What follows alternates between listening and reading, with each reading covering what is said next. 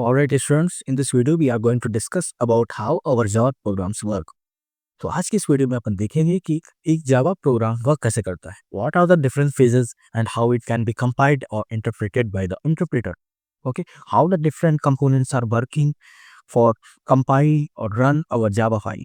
Okay, so जब हम programme starting में राइट करते हैं, ओके, या जो हम प्रोग्राम फाइल बनाते हैं उसको अगर सेव करते हैं, मान लो एग्जांपल है फर्स्ट डॉट जावा के नाम से अपन जो हम सोर्स कोड लिखते हैं, ओके, या फिर जो हमने टाइप करके एक फाइल बनाई है, यानी कि हाई लेवल लैंग्वेज में जो हमने पहले कोड लिखा है उसको क्या करते हैं अपन पहले फाइल से सेव करते हैं जिसमें एक्सटेंशन अबाउट होता है dot Java. Okay, after that अपन क्या करते हैं, अपन उसको कंपाइल करते हैं. ओके, और कंपाइल के लिए हम क्या यूज़ किए थे, जब अपन काम कर रहे थे अपने कमांड प्रॉम्प्ट पे, तो वहाँ पे हम लिखते थे command Java c with the और फिर file name with extension. Okay, जैसे फर्स्ट डॉट जावा को अपन को क्या करना है, फर्स्ट डॉट जावा को हमें क्या करवाना है, रन करवाना है, एग्जीक्यूट करवाना है, कंपाइल करवाना है, ऐसा बोल सकते हैं, कंपाइल करवाना है. तो अपन क्या कमांड लिखते थे, Java c first dot Java with extension. Okay, तो वो फाइल हमारी कंपाइल होती थी और कंपाइल होने के बाद वो हमको एक फाइल रिटर्न करती थी.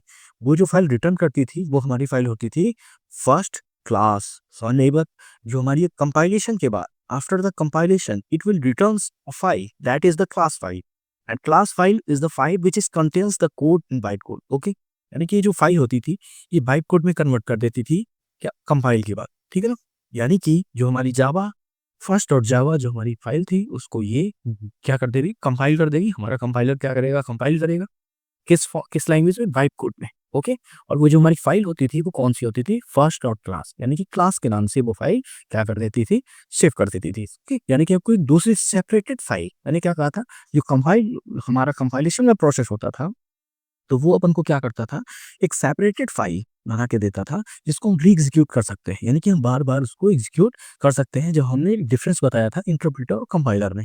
ओके, तो कंपाइलर क्या करेगा, हमको ये फाइल को कंपाइल करेगा और फर्स्ट डॉट क्लास के नाम से एक एग्जीक्यूटेड फाइल हमको दे देगा जिसको अपन बार बार रन कर सकते हैं और उससे आउटपुट हमको मिल सकता है. ओके, और ये जो क्लास फाइल होती है ये कौन सी फाइल होती है, ये बाइट कोड होती है. ओके, ये कौन सी फाइल होती है, हमारी बाइट कोड फाइल होती है. बाइट कोड दैट मीन्स इसमें जो कोड होगा वो 0 1 इस टाइप में होगा. ठीक, और फिर इस कोड को अपन क्या करेंगे, ये जो है ना जावा जेवीएम, यहाँ पे हम क्या करते थे, फिर इसके बाद एक तो जावा सी हम कमांड यूज करते थे, उसके बाद करते क्या करते थे, जावा फिर फाइल नेम विद एक्सटेंशन.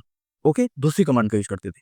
और ये क्या करता था, उस वो जो हमारी फाइल है जो क्लास फाइल होती थी, और चूंकि ये जो हमारी जावा जेवीएम वाली कमांड है ये हमारी क्लास फाइल पे काम करती थी, तो ये क्या करता था, ये हमारी जो बाइट कोड वाली वो फाइल है, ठीक है ना, सेपरेटेड फाइल होती है जो क्लास फाइल होती है, उसको इंटरप्रेट करता है. ओके ओके, और इंटरप्रेटिंग के दौरान क्या होता है, इसमें होता है मीडियम जो ऑपरेटिंग सिस्टम होता है, तब ये हार्डवेयर से इंटरेक्ट कर पाता है, हमको फाइनल आउटपुट देखने को मिलता है. तो बेसिकली हो क्या रहा है कि जो हमारी क्लास फाइल होती थी उसको जेवीएम कॉल करते हैं, यानी कि जावा वर्चुअल मशीन. अब ये Java virtual machine byte code को क्या कन्वर्ट करता है, कन्वर्ट करके हमको हमारा आउटपुट जो रिजल्ट है इंटरप्रेटेड करके रिजल्ट दिखाता है. यानी कि जो यहाँ पे बाइट कोड वाली हमारी फाइल होती थी यूजिंग जेवीएम, जेवीएम के थ्रू यहाँ पे क्या होता है, इंटरप्रेट होता है, समझ में बात. और तब हमको क्या करता है, क्या होता है, आउटपुट अपन को हमारा शो होता है. तो आई होप ये चीज आपको समझ में आ गई होगी. अब देखो यहाँ पे एक और चीज होती है, जेवीएम के बाद आता है ऑपरेटिंग सिस्टम.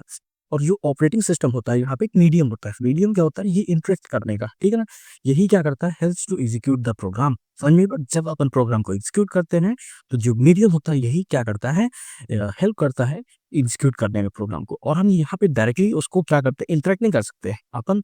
जो जावा वर्चुअल मशीन है डायरेक्टली हार्डवेयर से इंटरेक्ट नहीं कर सकती, तो इंटरेक्ट करने के लिए ये क्या यूज करती है, जावा ऑपरेटिंग सिस्टम का. ओके, ऑपरेटिंग सिस्टम एक मीडियम होता है जिस मीडियम के थ्रू हमारा जो जीवीएम है जावा वर्चुअल मशीन वो कोऑर्डिनेट करता है, इंटरेक्ट करता है किसी हार्डवेयर से, बिकॉज हार्डवेयर से ही हमको क्या मिलेगा, आउटपुट मिलेगा. सब सपोज दैट आपने क्या एक प्रोग्राम बनाया है जिसमें आप स्कैनर क्लास का यूज करते हैं और आपको इंटर जो इनपुट है वो कीबोर्ड से चाहिए, यानी कि keyboard is the part of hardware, we know that. तो हार्डवेयर को हमको एक्सेस करना है, तो ये ऑपरेटिंग सिस्टम मीडियम एक बनेगा जिसके थ्रू हम क्या करेंगे, इस प्रोग्राम में जो हमारा कुछ है जैसे हार्डवेयर को एक्सेस करना है कीबोर्ड को, सो दैट हम हार्डवेयर को एक्सेस कर पाएंगे.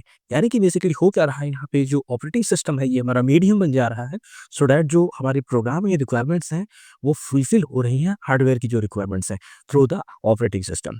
ओके, एक चीज और इसमें ये इसीलिए हाइब्रिड लैंग्वेज बोली जाती है, जो हमारी जावा है वो हाइब्रिड लैंग्वेज बोली जाती है बिकॉज़ ऑफ अगर हम एक फ़ाइल को क्या करने आते हैं, रन करने आते हैं, एग्ज़ीक्यूट करने आते हैं, तो इसमें 2 चीज़ों की यूज़ पड़ती है। हमने क्या कहा था, जो हमारी लैंग्वेजेज़ होती हैं, उनके 2 नेचर होते हैं और वो डुअल नेचर की कौन-कौन सी होती है? जैसे वो इंटरप्रेटर बेस्ड है या फिर कंपाइलर बेस्ड है। क्योंकि हमारी जो जावा है मैंने कहा था ये हार्डवेयर और कंपाइलर सॉरी जो कंपाइलर है और ये इंटरप्रेटर है, इन दोनों का यूज़ करती है। That's why Java is the hybrid language, okay? Hybrid. अब कैसे यूज़ करती है? तो first in the process when we are compiling the source code. तो सबसे पहली चीज़ तो कंपाइलिंग द सोर्स कोड यहाँ पे हमारा कंपाइलर का यूज़ हो जाता है। फिर उसके बाद क्या होता है बाइट कोड को कन्वर्ट करने के लिए, इंटरप्रेट करने के लिए अपन क्या करते हैं फिर से जावा जेवीएम का कॉल करते हैं, ठीक है? JVM Java virtual machine so that यहाँ पे हम इंटरप्रेटर को कॉल कर रहे हैं। तो एक जगह पे हमारा कंपाइलर और दूसरी जगह पे हमारा क्या इंटरप्रेटर दोनों यूज़ हो रहा है। That's why it is also known as the hybrid language, okay? और इसकी सेकंड थिंग कि इस चीज़ को सबसे इम्पोर्टेंट है इंटरव्यू में पूछ लेते हैं या फिर यूनिवर्सिटी की जो हमारे प्रैक्टिकल्स होते हैं उसमें भी ये पूछ लिया जाता है कि what thing make the Java independent, ठीक है ना? कौन सी चीज़ है जो जावा को इंडिपेंडेंट बनाती है? तो वो इसकी सबसे स्पेशल फीचर ये है कि जैसे हमने क्या किया इस फाइल को अपने कंपाइल किया था, है ना? अपने फाइल को कंपाइल किया था, तो इसने क्या किया एक बाइट कोड रिटर्न किया, ओके? अब बाइट कोड रिटर्न किया, अब होता क्या है जावा में होता है जेवीएम यानी कि जावा वर्चुअल मशीन। ये क्या होता है कि एनवायरनमेंट होता है समझ लीजिए, ठीक? अब इसी बाइट कोड को आप चाहे विंडो पे रन करें, ठीक है ना? आप चाहे विंडो पे रन करें या फिर आप मैक पे रन करें, ठीक है ना? चाहे आप मैक पे रन करें या फिर लिनक्स पे रन करें, ओके? मैक मैक भी लिख सकते हैं और लिनक्स भी लिख सकते हैं, ठीक है ना? आप इन तीनों पे इस फ़ाइल को क्या कर सकते हैं, इस बाइट कोड वाली फ़ाइल को क्या कर सकते हैं, एग्ज़ीक्यूट करवा सकते हैं और ये तीनों पे ही क्या करेगी, एग्ज़ीक्यूट हो जाएगी। तो यही वाला जो प्रोसेस है कि ये बाइट कोड में कोड को कन्वर्ट करता है और जो हमारा जावा होता है वो एक जेवीएम उसमें एनवायरनमेंट होता है सो दैट जो हमारी बाइट कोड वाली फ़ाइल होती है इसको इंटरप्रेट करके हमको क्या फाइनल आउटपुट मिलता है और यही चीज़ इसको क्या करती है प्लेटफ़ॉर्म इंडिपेंडेंट बनाती है। प्लेटफ़ॉर्म इंडिपेंडेंट दैट मीन्स आप एक आपके पास फ़ाइल है, उस फ़ाइल को किसी भी आप अ क्या बोल सकते हैं ऑपरेटिंग सिस्टम में एग्जीक्यूट कर सकते हैं so that is known as the platform independent, okay? जैसे अभी अगर सी प्लस प्लस की बात करें तो वो प्लेटफॉर्म इंडिपेंडेंट नहीं है बिकॉज ऑफ उसमें क्या होती है एक्सी फाइल होती है और उस जैसे एक्सी फाइल हमने एग्जीक्यूट किया अपने विंडो में तो विंडो के लिए ही एलिजिबल है एक तरीके से कह सकते हैं हम उसको किसने से विंडो में ही क्या कर सकते हैं एग्जीक्यूट और रन करवा सकते हैं। अदर जो प्लेटफ़ॉर्म्स हैं, जो अदर ऑपरेटिंग सिस्टम्स हैं, उसमें अपन एग्ज़ीक्यूट उसको नहीं करवा सकते हैं। समझ में आई बात?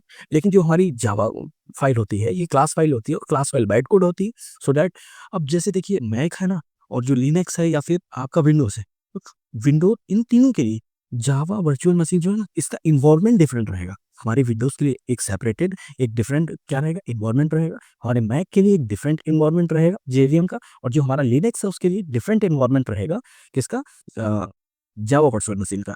बट जो फ़ाइल रहेगी वही फ़ाइल रहेगी। बस एनवायरनमेंट चेंज होने की वजह से उसका दूसरे तरीके से सेम आउटपुट आएगा। ओके? मतलब क्या प्रोसेस तो सब में सेम ही होगा। मतलब चीज़ें तो लगभग सेम ही हो रही है बस अंदर का थोड़ा प्रोसेस और मैकेनिज़्म चेंज है जिसकी वजह से हमको चीज़ें चीज़ें क्या हैं ये इंडिपेंडेंट हो जाती है। ओके?